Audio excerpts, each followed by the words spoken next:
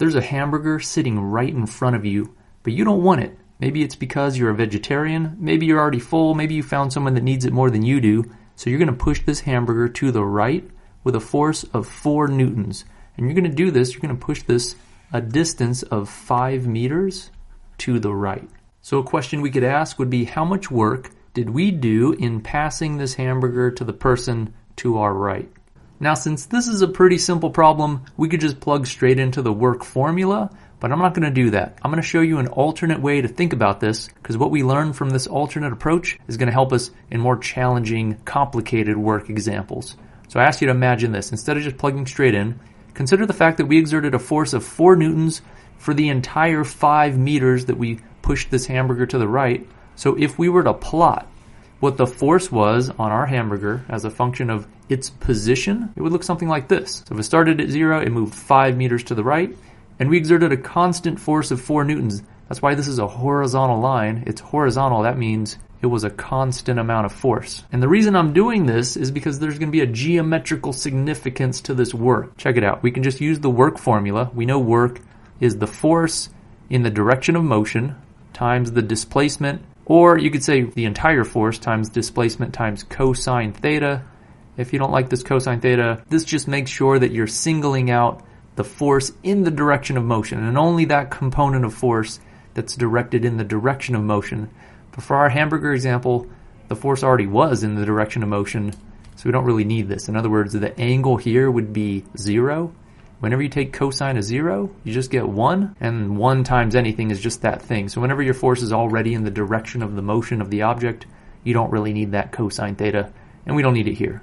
So I'm going to say that the force here was 4 newtons, so we can calculate 4 newtons was the force for the entire displacement of 5 meters, and we get the work that we did on the hamburger was positive 20 joules of work. Now if you're clever, you might be like, wait, 4 newtons times 5 meters, look at, that's just the area of this rectangle. So notice that this line, it's a straight line in this force graph, just forms a rectangle in here, and all we did, we took 4 newtons, that was just the height of this rectangle, and we multiplied by 5 meters, and that was just the width of this rectangle. And if you multiply height times width, you know what you get? You get the area of a rectangle. And so what we found was when the force is constant, one way to find the work done is just by using the work formula, but another way to find the work done is just find the area enclosed by the graph. So from this line that determines the force down to this x-axis, if you find the area, that's going to equal the work done. Now you might be like, all right, well, a fat lot of good that does us. We can already find it with this formula. Why would I ever want to know that the work is equal to the area under a force graph? I'll show you why. Because in this case, yes, it was easy. We had a formula. We could just plug the force in here. We could just plug the displacement in there. We get our value. But think about this. What if our force was not constant? What if we had a varying force? In that case, what force would we plug in here? It'd be changing. One way to handle that scenario is using calculus. But if you don't know calculus, that doesn't do you any good. Fortunately, there's another way to determine the work done by a varying force, and that's to take this idea seriously. That's why I showed you this. It turns out the area underneath any force versus position graph is going to equal the work.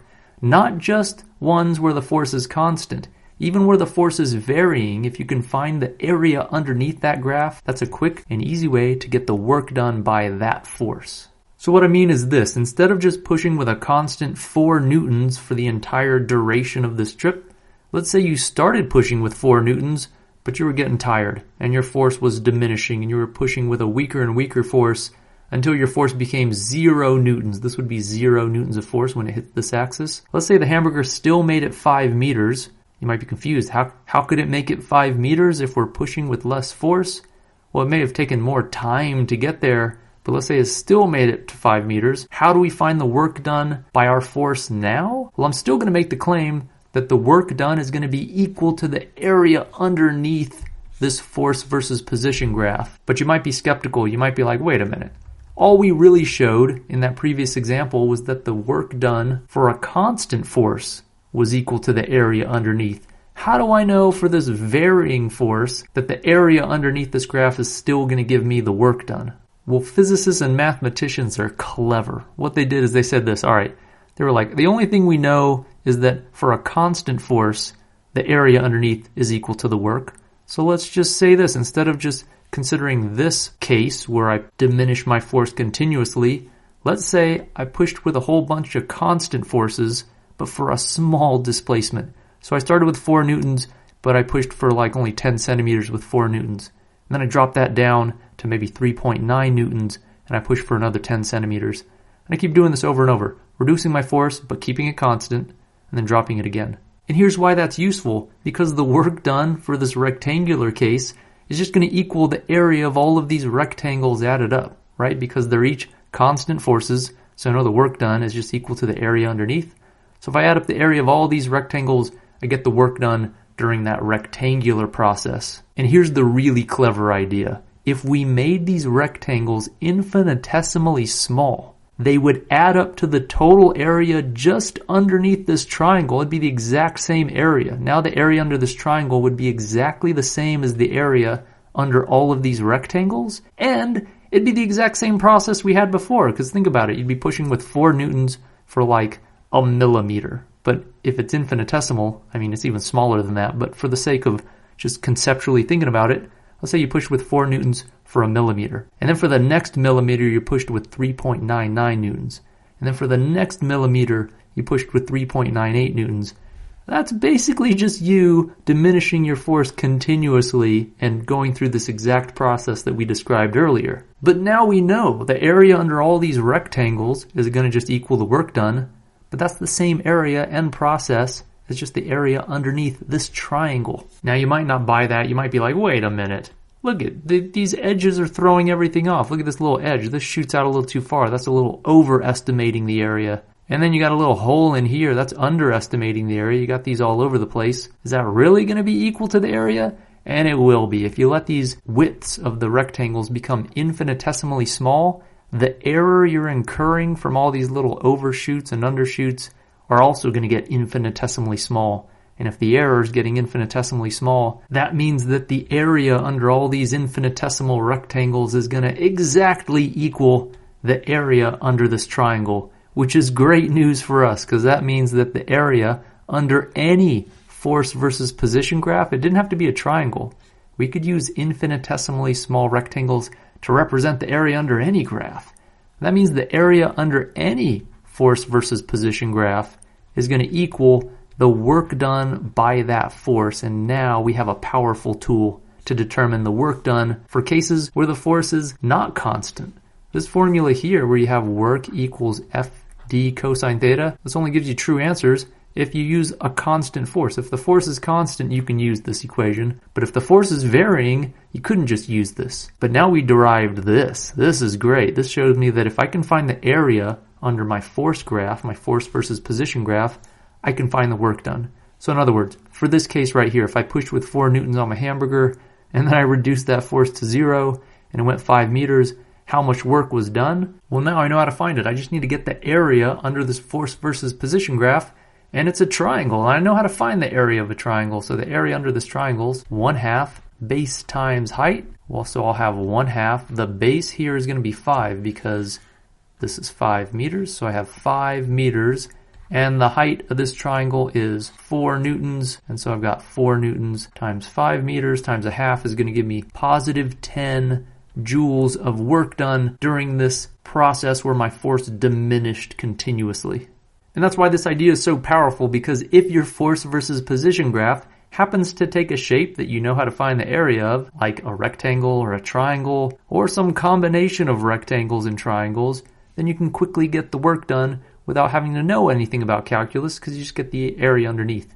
Let me just clear up any confusion. You don't actually have to draw any rectangles. That was just to prove this relationship. Once you know this relationship, you don't need to draw or think about those little infinitesimal rectangles. That was just how we were proving to ourselves that even for cases where the force was varying, the area underneath is still going to equal the work.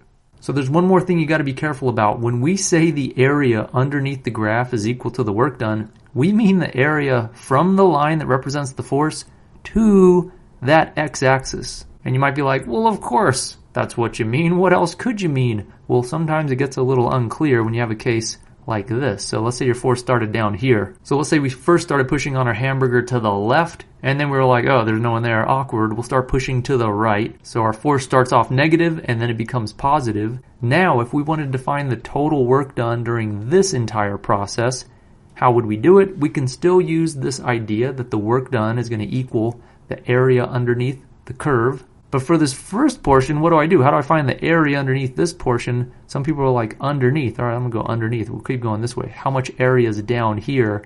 But that's just crazy. That goes on infinitely. I did not do infinite work on this cheeseburger. No, the area I'm talking about is going to be this area right here. So I got to take all of this area right here. That area is finite. It's from this line that represents the force to the x-axis. That's the area we're talking about. Just like over here, the area we'd be talking about is from this line that represents the force to the x-axis. It's all of this area. So how would I find these areas? They're both triangles. I can do this. So this one's going to be 1/2 base times height. So it's going to be 1/2 the base. This base right here is 1 meter. So it'd be 1 meter times the height. I've got negative height. Look at it, it's down here. It's -2 newtons. That means I'm going to have a negative area. Is that okay? Yep, that just means I did negative work on this cheeseburger during that time, so I'll have -1 joule. During the first meter of me exerting force on that hamburger, I did -1 joule of work. And then for this portion of the trip, I'll find the area underneath. It's also a triangle, so 1/2 base times height. I'll have 1/2. The base this time is not 3. The base of this triangle is only 2 because it goes from 1 to 3, so that's 2 meters. Times the height, well, that is 4 newtons. So I'll multiply by 4 newtons, and then I get for that portion of the trip, I did 4 joules of work. So positive 4 joules of work for this portion, -1 joule of work for that portion. The total work done for the entire 3 meters would be 4 joules minus 1 joule, and that would be positive 3 joules. So recapping, if your force is constant, you can just use this formula to find the work done. It's just FD cosine theta. But you can also find the work done by determining the area underneath a force versus position graph. And this is useful because this works even when the force is varying, which would render this equation somewhat unusable. But if the shape of the graph is one that you know how to find the area of, you can still find the work done by determining the area underneath the force versus position graph.